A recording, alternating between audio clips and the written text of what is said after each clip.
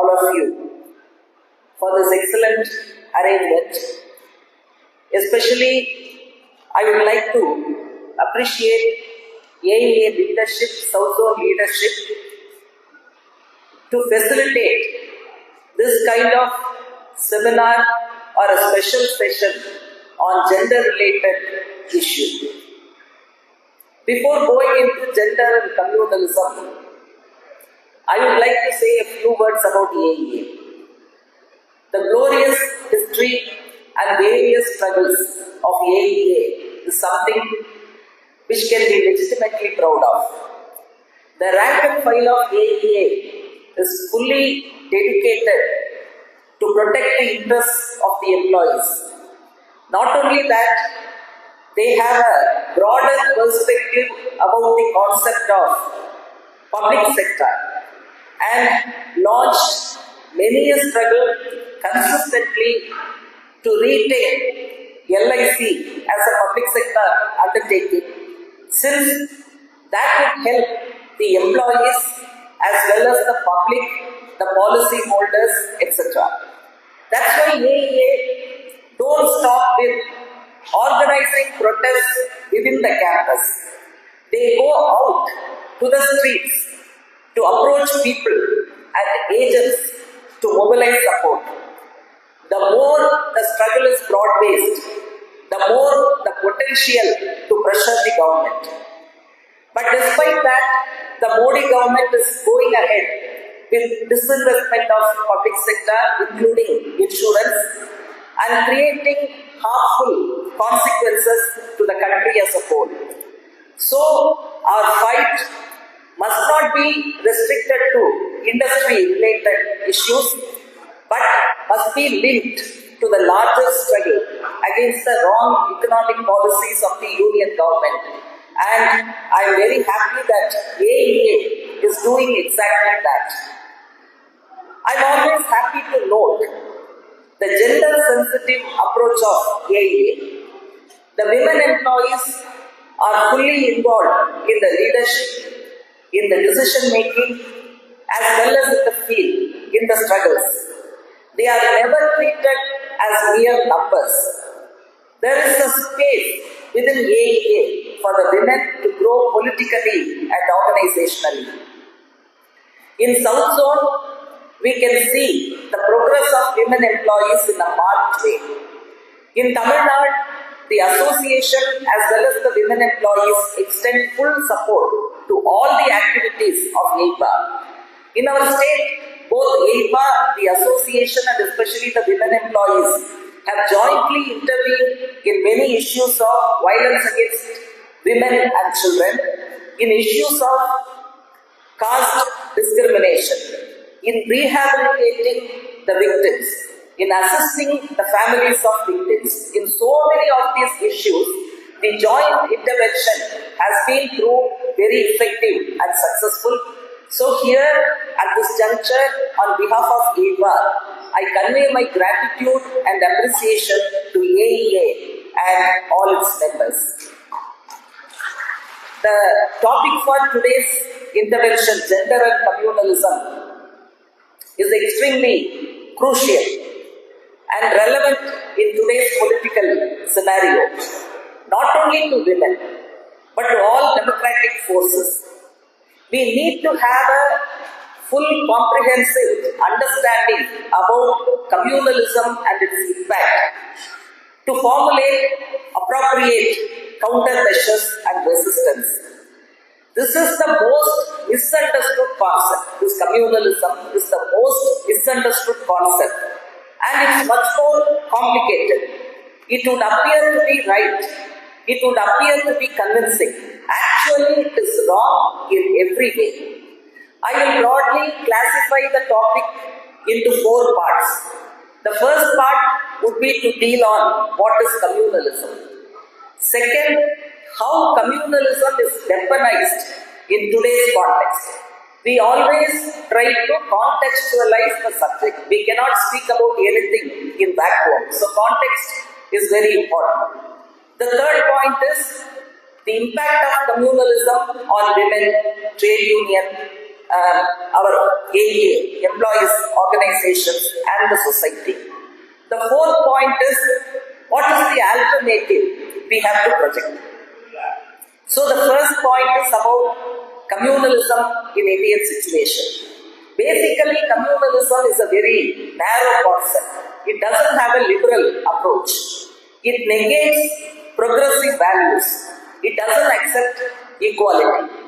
It doesn't recognize a situation where different groups with different beliefs can coexist peacefully with one another.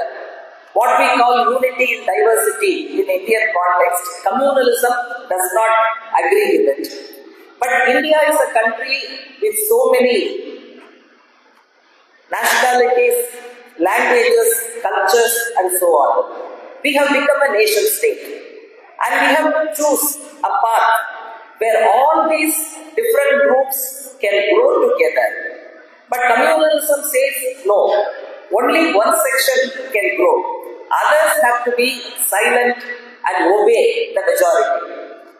If communalism does not believe in equality, does not accept equality, if it believes only in social hierarchy, what is hierarchy? It's like a ladder, having steps on top of one another.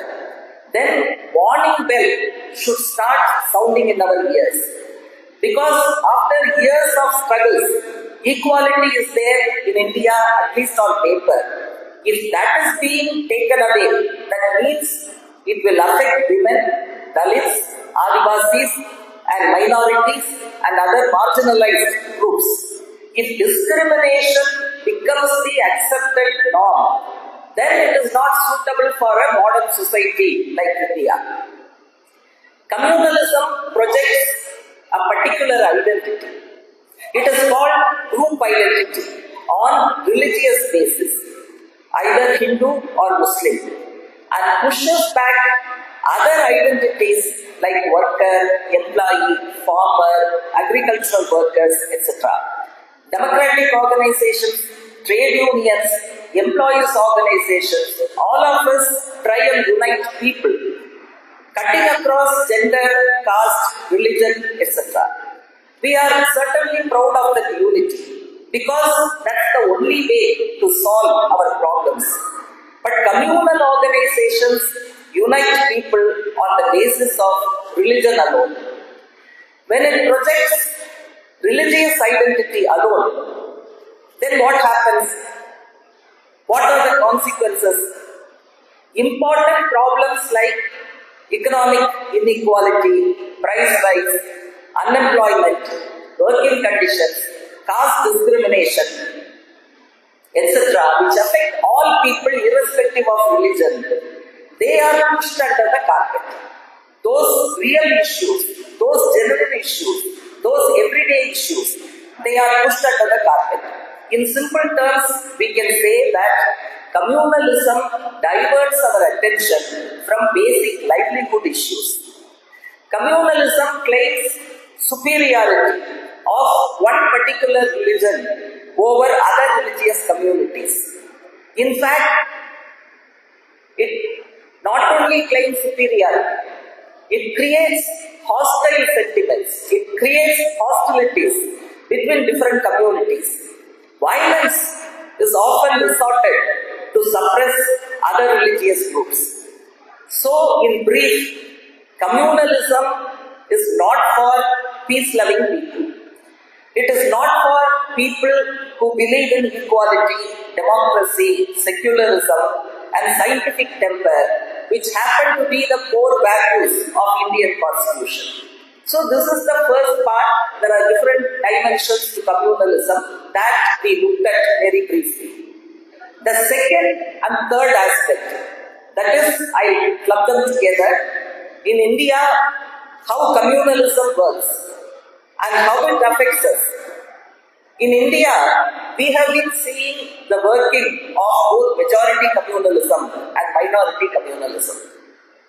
It's true that both are dangerous. Both divide people on religious lines. Both divert our attention from basic issues. Both disrupt our unity. both justify discrimination. We have to oppose communalism per se, irrespective of religious affiliation. But we cannot equate them. Whoever has a majority has more strength, more potential to cause harm. So majority communalism is certainly more dangerous. I would like to emphasize this particular point. Even though both the types of communalism create harmful consequences and they almost create problems for everybody, majority communalism in Indian context is certainly more dangerous. In addition, in Indian situation, those who represent the majority communalism are in power for the past 11 years. Here we mean BJP government headed by Narendra Modi, led by RSS. They represent the majority communalism. That's a regime which supports that. They are the ruling dispensation, controlling all organs of the state, displaying fascist trends which attack our hard-won rights, justifying all kinds of discrimination, glorifying caste, patriarchy, and capitalist structure. They take us away from present and future. They tie us down with the past. They are trying to create an illusion, saying that ancient society was great, Hindu king's period was golden era, etc. What does it mean? Now we are in a democratic setup. In the past, there were monarchies, kingdoms. So the journey of our struggle, people's struggle from monarchy to democratic republic is a great progress. It did not come about easily. If they keep on glorifying monarchy, that means they reject democracy itself. Hitler and Mussolini did exactly that. Hitler glorified the German past, and Mussolini glorified the past period of the Roman Empire. 100% of bogus things, lies will be put before you in a convincing way. You will forget your hunger, you forget your aspirations, you get into the illusion that you are superior than a fellow human being. So this kind of illusion, demagogy, they will be able to create. That we have to be alert and noted. BJP and RSS put forth which kind of an ideology? They put forth Manusmriti as an ideology before us. What does Manusmriti say? It glorifies caste structure, it justifies violence and suppression of Dalits and tribals. It treats women as second-class citizens, as commodities. It says you should not fight for a change. Since what you suffer today is not because of the system, that is the capitalist system, or because of the wrong economic policies. It is the product of your previous birth. So your duty is to wait patiently for your next birth. But here we are working in AEA, I am working in All India Democratic Women's Association and also a left party. Here we are trying to change the lives of the people for the better. We fight. We teach our members to fight. But Manu says, accept the injustice obediently. In short, it says, no need for associations which fight for a change. We will only allow associations which will not challenge or question the status quo. That means they obviously favor the existing discriminatory socio-political, economic, cultural system. In that system, what happens? Whose interests will be upheld? The interests of upper caste, corporates and upper economic strata and patriarchal values, they will be protected. They basically are opposed to the concept of social justice. If Indian constitution defies Manu's rules, that is Manu's Smriti, then they try to meddle with the constitution. If trade unions resist and fight back, they bring in labor codes. If farmers fight against land grabbing and unfair land acquisition, Modi's regime calls them anti-nationals, Maoists, urban Naxals, Tutte gang, and the fighting people are attacked and assaulted. They project Hindu Rashtra, and they want to reach that goal by following Hindutva ideology. When we say Hindu Rashtra, Hindutva ideology, many ordinary people, including women who happen to be in the Hindu community, get swayed or influenced by the word Hindutva and Hindu Rashtra. They think those concepts, because they are using the word Hindu, it will help all the Hindus. We want to say, don't go by the name, analyze the content. The content is nothing but reactionary. I listed out earlier many backward and regressive values. All of them find a place in their Hindutva policy. Savarkar, who coined the term Hindutva, clearly accepts that it's not about the religion, it's more of a political project. So if it is a political project, what are they trying to do? Hindu religious sentiments, the Hindu faith, followed by scores of ordinary people. They don't mean harm to any other community, to any other religion.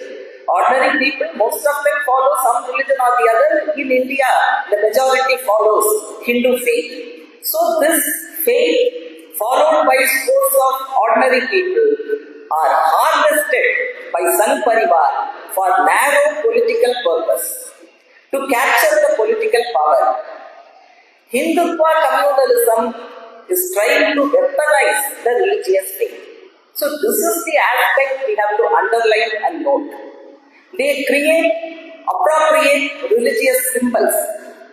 For example, for years together, people are celebrating Ganesh Chaturthi.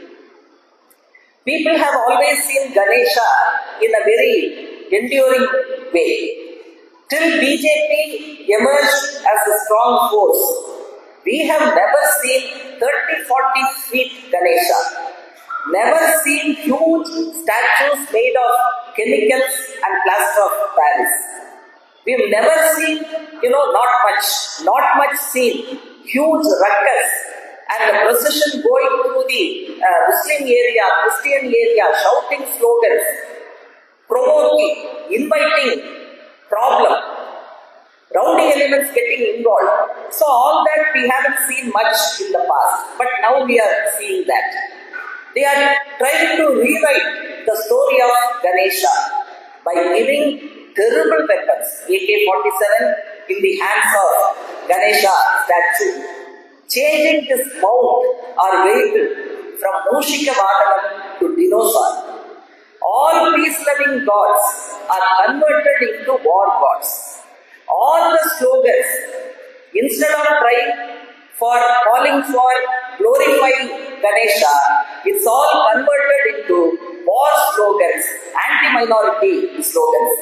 So this is one example of how these elements of Sangh Parivar trying to sabotage the common festivals which have been observed by years together by ordinary Hindu people without creating any enmity with the other religious groups. But after BJP emerged as a very strong political force, we are seeing a number of instances like this.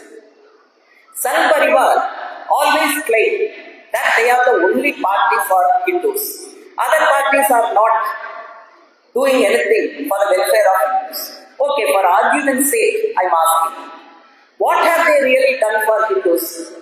Under the category Hindu, there are many castes, there are men, women, transgender, people of various occupations, people suffering from exploitation, social oppression. There are rich people, middle class and poor people. There are people who are the cause of such misery. They also come under Hindus. There are crores of people who are affected because of the misery. They are also there. So which Hindus they are claiming to protect? That should be our basic question. If a Hindu policeman beats up a Hindu worker, which Hindu they will support?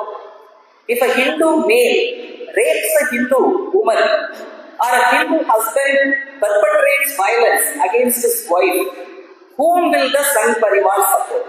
Both are Hindus. Here comes the question of class, caste and gender. That is why we say they are trying to cover up all these social conflicts under a pan-Hindu identity. In what way that identity will help the common people? It helps only the political agenda of Sangh Parivar. That we should clearly understand. Now when I say all these categories, where are the women? Women are included in all the above categories. If a trade union right is taken away, women workers also suffer. If agrarian policy is pro-corporate, then women farmers and agricultural workers also suffer. During caste atrocities, Dalit women bear the brunt of the attack. In incidents of the so-called honor crimes or caste-based killings, daughters are ruthlessly killed by parents. Humanism is being erased in this process. In Modi's rule, there are so many issues. Price rise is considered to be one of the highest. Unemployment highest in half a century. Violence is at the top. Suicides are increasing. All communities, including Hindus, are affected. How can Hindus alone be protected? So whenever they are approaching us, approaching our neighbors, approaching the people whom we know, saying that we are the only party which is fighting for the interests of Hindus, we are the only party which can protect you, then these questions should emerge from those people. We must try and teach them, ask these questions. Most of the times, the organizations which are led by left forces or progressive forces at the leadership level, the stand on communalism, the stand on gender, they will be taken in a very, very correct spirit. The resolutions will be very correct. Conference documents will be very correct. Those who deliberate here, they also support those issues raised by the document, report. But what happens, what about the other ordinary members of the organization? Have we ever discussed all these issues at the branch level? There are many journals which are being brought out here. South Zone, especially in Tamil Nadu, I have seen many journals run by our comrades in the insurance front. All of them do a wonderful work. They are discussing this, they are explaining what is right and what is wrong. But the point is, how many of the employees are reading it? How many of the employees tend to agree with us? They come to the struggle. They raise slogans. They support the demands for economic issues. They attend the conference. They raise their hands to pass the document, report. But in their deepest mind, what is the stand on communalism? What is the stand on communal elements? Apart from economic policies, all the other aspects of the RSS BJP, how do they weigh? Whether they oppose, whether they support, that we are not in a position to know. So the leadership, the higher level will continue to take a right position. Suddenly, one fine morning, we will see these comrades are swayed by the Hindutva campaign. Because our campaign did not go deep below. So after this convention, I'm sure all this will be mentioned in your report. After the conference, we have to really see how these values, how these issues can be taken down to the bottom level, and we should create some space for discussing freely on all this. Unless we know what their mind is, we will not be able to resist that or change that or rectify that. So this aspect is very, very important. Since the Hindutva discriminates against minorities and falsely project them the cause for the sufferings of the majority community, what happens? The anger and dissatisfaction about the living conditions, about various problems, shortcomings, instead of the anger being directed against the government and its policies, what happens is the anger and discontent are being directed against the minority communities. Rapes and murders of SC, ST and minority women are not considered a crime in BJP's rule. Instead, it is hailed as a historic deed. The criminals are appreciated, protected, garlanded. Sometimes, women of Hindu communities are seen as encouraging the cruel assault on the women of other sections. Where are we going? Where is the society going? Will this path take us forward? Will this path make the society grow? Will this make India a superpower? No is the clear answer.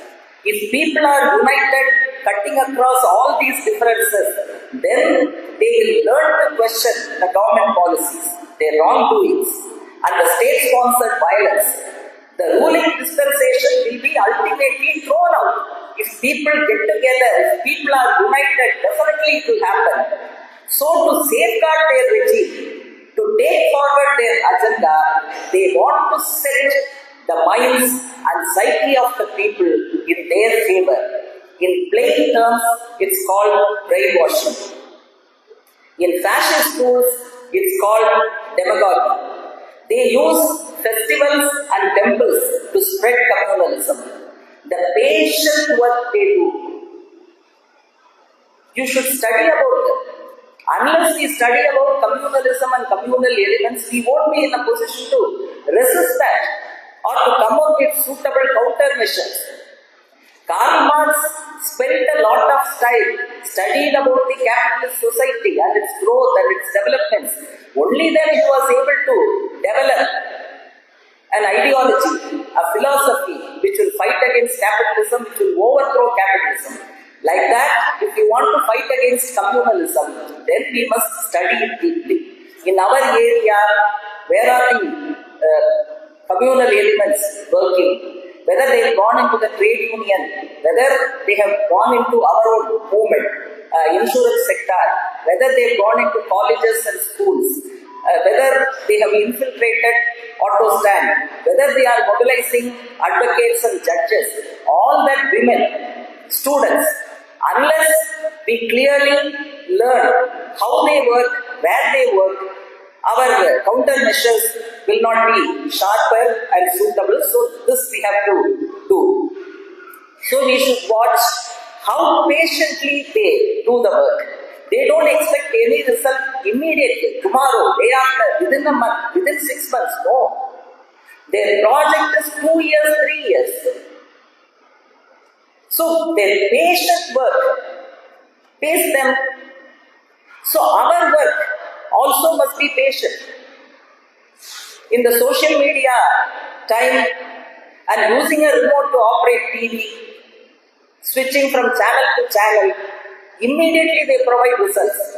So our mind is set for that immediate result. It cannot happen. So to counter the communal elements, especially Hindutva communal ideology, we have to work patiently. There's another point which I would like to emphasize on. They don't want people to gain knowledge or think rationally. Absolute obedience they want. National education policy is such a tool for that. They are changing syllabus. They are removing books authored by progressive persons, implant superstitions and communalism into the syllabus. In one of the BJP rule states, the school textbooks said that women going for employment is the cause for unemployment. Women going for employment is the cause for unemployment. How simple it is. So if women are stopped from taking employment, then the unemployment question will be solved. Government policies have nothing to do with that. Outsourcing has nothing to do with that. As per the neoliberal regime, all the permanent work, the jobs are being reduced. Is that not a reason? How simply they are putting it forward only because of women. Because we say Udyogam Purusha Lakshanam. How many years back this proverb was used? They are trying to implement it right now. So that happened in one of the states, I think it is Chhattisgarh. It also blamed women's movement for creating risk in the family in the name of treating the wife equally. So whenever women's movement say equality, the wives must be treated democratically. The family relation should not be on the basis of patriarchy. It should be built on the basis of equality. If we say that, there will be definitely problems in the family. Is what we say is the reason. The undemocratic patriarchal attitude which is being used within the family, that is the cause. Instead of attacking the cause, they are attacking the women's movement which criticizes the cause and gives an alternative. So this is what they do in the textbooks. Recently in Jammu Kashmir, you all would have read about it, that the Lieutenant Governor has banned 25 books. All are written by prominent individuals including Arundhati Roy. It's all about the history of Kashmir and the struggles faced by Kashmiri people. So 25 books have been banned. So this is why we say they don't want people to have knowledge. Simple obedience is the only quality they expect from people. Accordingly, they do the mindset and brainwashing among the people. To capture power, they will go to any length. We all know about SZIEF, Special Intensive Revision of Voter List, which is going on in Bihar, and it will eventually be applied to all of India. In the inaugural address, I am very sure Dr. Ashok Davle would have mentioned about that. 65 lakh voters are removed so far because of impossible conditions and documents. This deletion, even though we are not able to get full details conspiracy-wise, there are news in the media. More minorities, they are deleted. More women than men, they are deleted.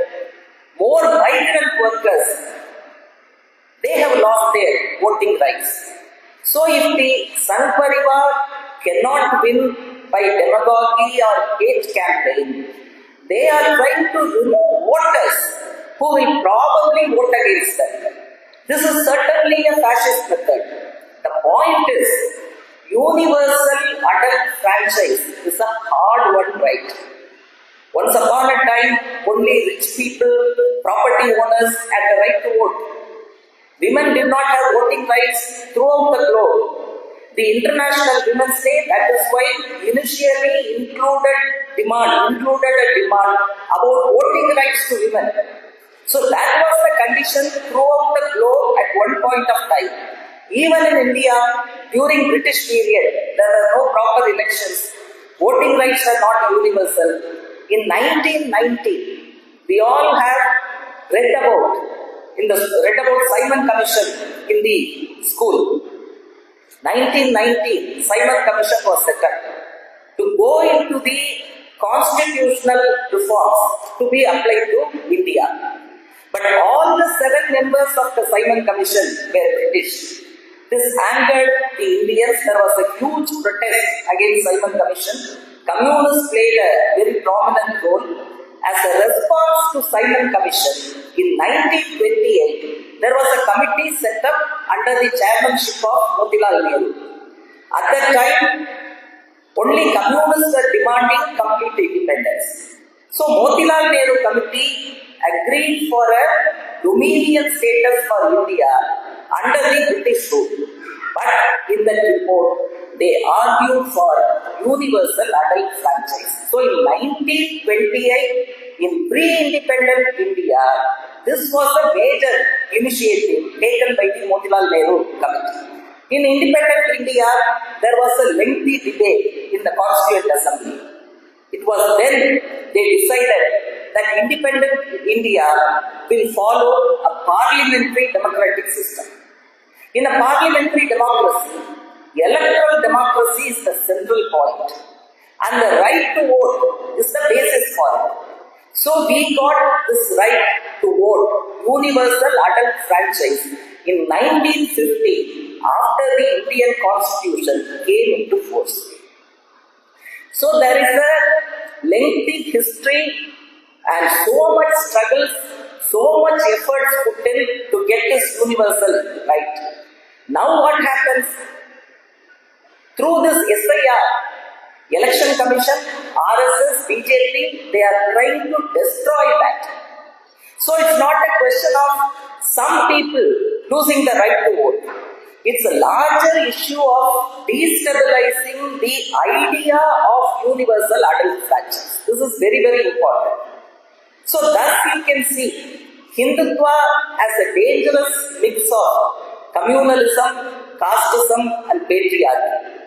Its economic policies help the big business and corporates. It increases inequality. It uses authoritarian and fascist methods to suppress voices of dissent. It doesn't give a space for voicing different opinions or differing opinions. That is the crux of democracy. It is converting elections into a farce. It uses the most undemocratic black laws to jail social activists. It's infiltrating into all the constitutional bodies like Enforcement Directorate, Income Tax, National Investigation Agency, Election Commission, Judiciary, etc. You have to note that the Modi government do not try to eliminate these institutions. They keep the institutions. They infiltrate, they capture the leadership, then they capture the entire institution from within. This is called capturing from within. That is what they are successfully doing. Take for example some of the court orders and comments of the judges. In Allahabad High Court, there was a rape complaint. The accused applied for a bail. So the bail petition came before the Allahabad High Court judge. Either he has to give a bail or deny the bail. There is the matter. But he gave the bail. He put some conditions. One of the conditions is, after getting bail within 3 months, the rape accused must marry the rape victim. This is the bail condition set by a judge in Allahabad High Court. So here, the judge was not interpreting IPC, Indian Penal Code. He interpreted only SPC, Social Penal Code only he was interpreting, not the IPC. Similarly, in Mumbai High Court, the CPM applied to the police to organize a demonstration in favor of Palestinian people against the Israel. They chose the venue as Azad Maidan. Azad, you know the meaning in Persian, it is freedom. So the Maidan which has the freedom in its name, CPM applied, but police said no. The reason they clearly said, if you are going to fight in favor of Palestinians, that means it's against the foreign policy of the Indian government. Indian government is supporting Israel. So against that, if you are going to support Palestinians, we won't give you permission to hold a demonstration.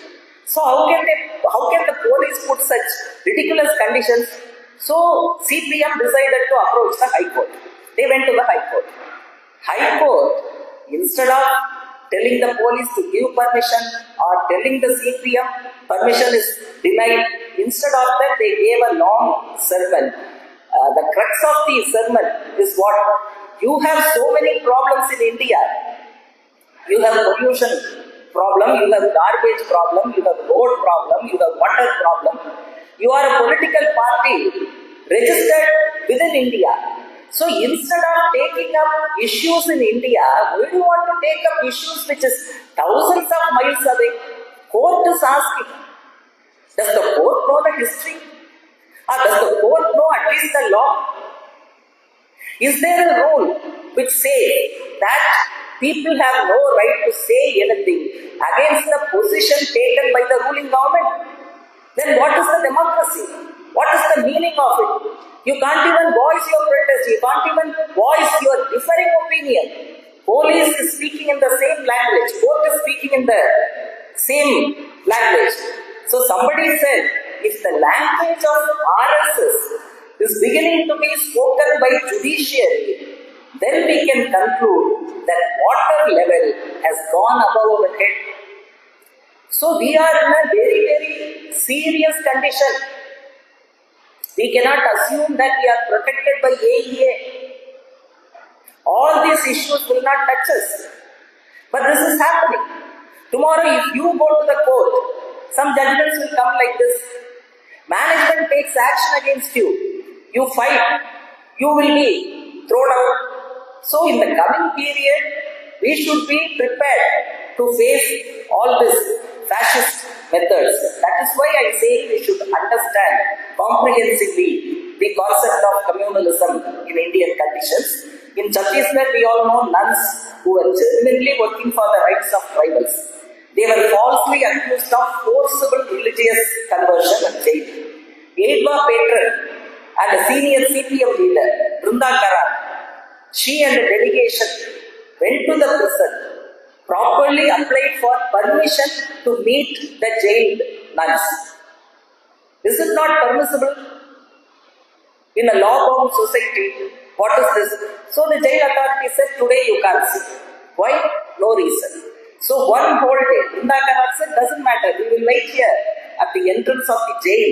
We will stand here. Tomorrow if you give us permission, we will see tomorrow. Day after tomorrow, if you give permission, day after tomorrow we will see. So they stood there, the delegation. Only the next day, they were given the permission to meet the nuns. Now, because of all this protest from the society, they are out on bail. Otherwise, they wouldn't even got the bail. Similarly, Enforcement Directorate and IT, they will selectively raid houses of political opponents, business people who question the government, print and electronic media, online journals, YouTubers, influencers, fact-check agencies, which expose bogus Photoshop images and news released by the communal elements. Those who refuse to surrender the government, ED and IT will come to their company or house. But they are talking so much about women, their welfare, daughters-in-law, all that dialogue they are saying. But what happens to people inside the BJP? You all would have forgotten Rich Bhushan Saran Singh. He was a BJP MP who sexually harassed the women wrestlers. Since he was the federation chairman, he utilized that opportunity to involve in sexual harassment. But he was continuously protected by the BJP government. His son was given an MP ticket in the parliamentary election. Similarly, in Uttar Pradesh, Unnao, a young girl was raped by a BJP MLA. Her father filed a complaint. I don't understand. In the society, there is court, there is police station. You have a right to file a complaint if some offense has taken place. What is wrong in it? He filed a complaint against a BJP leader. That was the issue. So it's not legally looked at. It was politically looked at. So what happened? Because of that, the father was arrested and killed in judicial custody. Her uncle was arrested on a false charge. Her lawyer was attacked. Ultimately, she tried to burn herself, self-immolation, in front of the house of the accused, BJP MLA. Only after that, other organizations, political parties left, everybody went in support. Now that MLA has been given a life sentence. But the struggle to see it done was enormous. Just imagine if each and every case which has to be processed according to legal procedure, it requires so much struggle, so much attention from the stage of filing FIR, filing charge sheet, and the case coming up in the court, finally delivering judgment.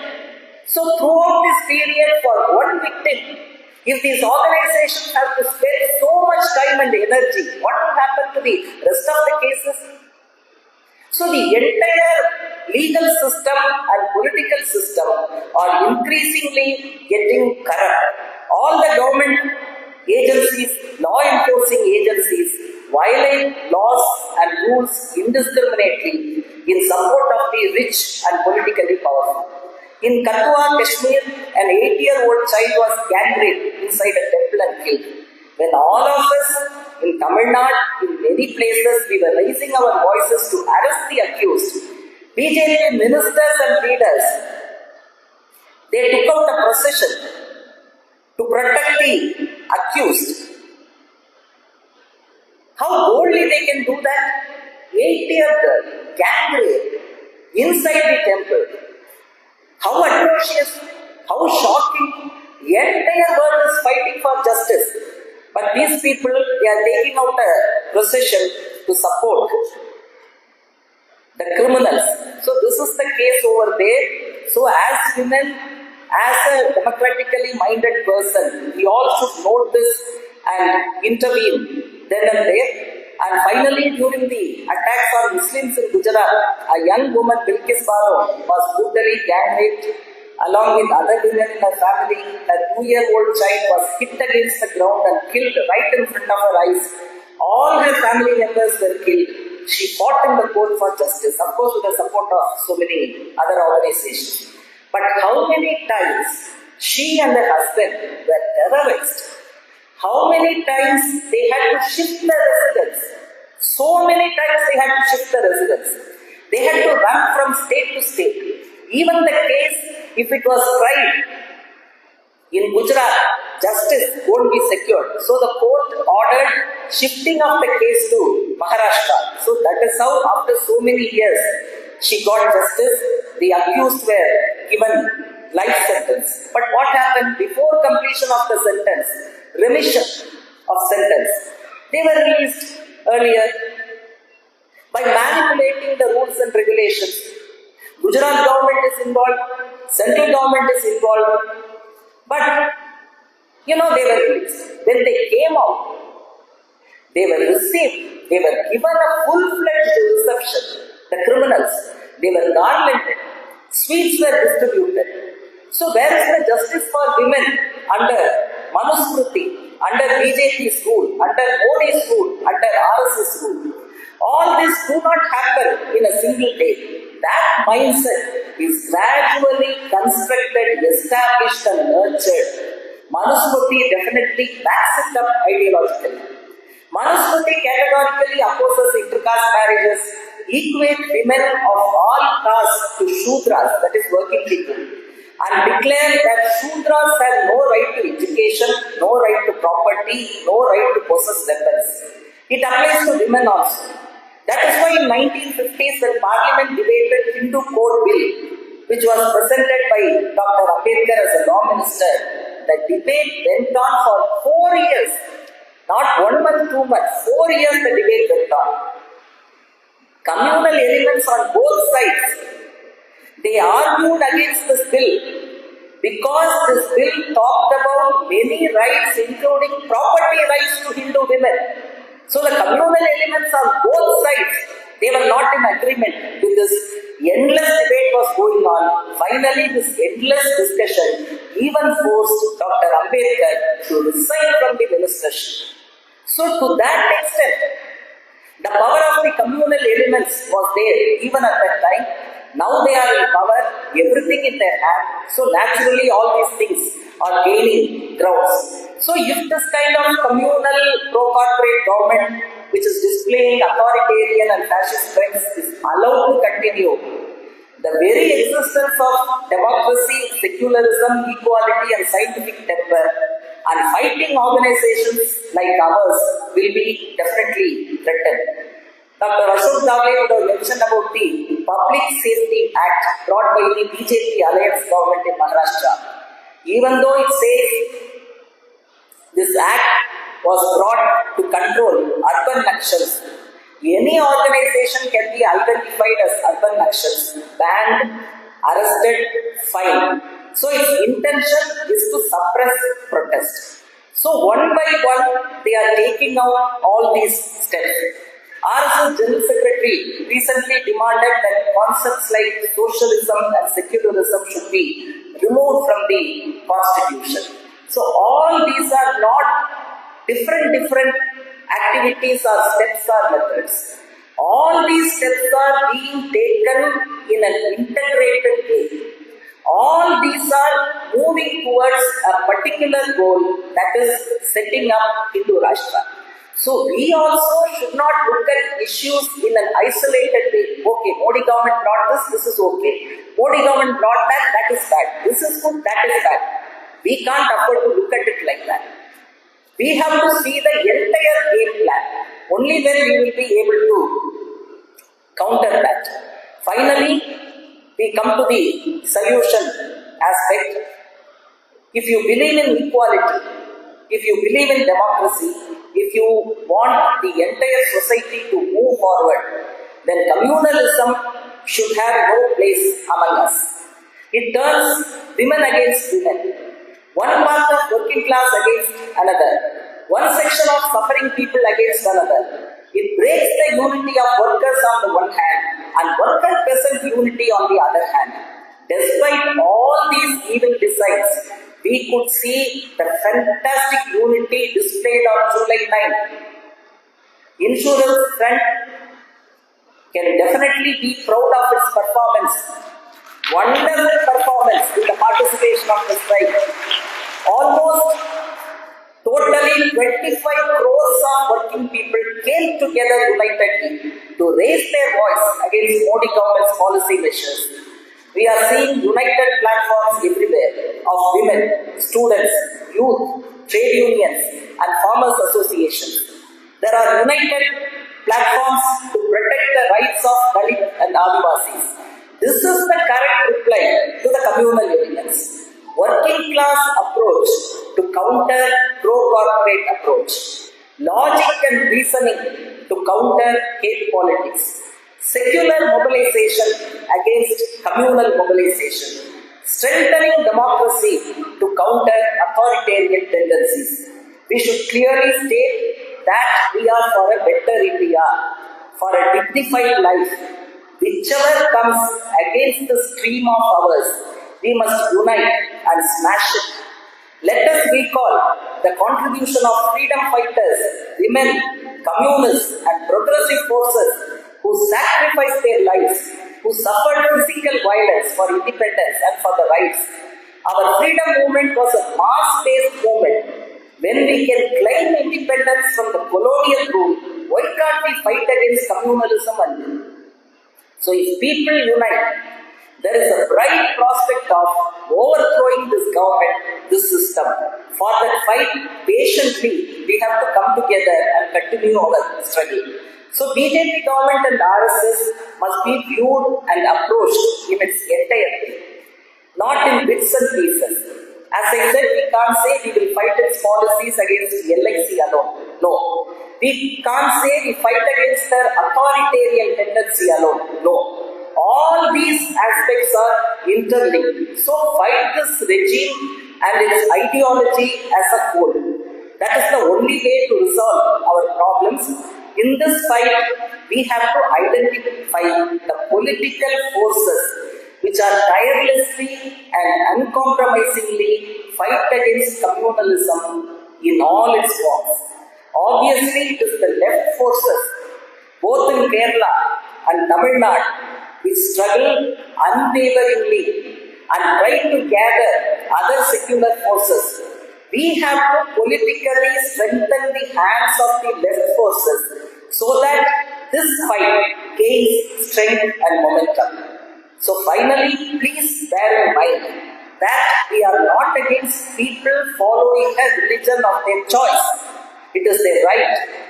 We are not against people worshipping as per their preference. Constitution allows that. We only request, don't give an opportunity to the communal elements to misuse your religious faith in favor of their political desire. So this is the only request I am making at the end of my speech. With these words, I conclude. Thank you for the opportunity.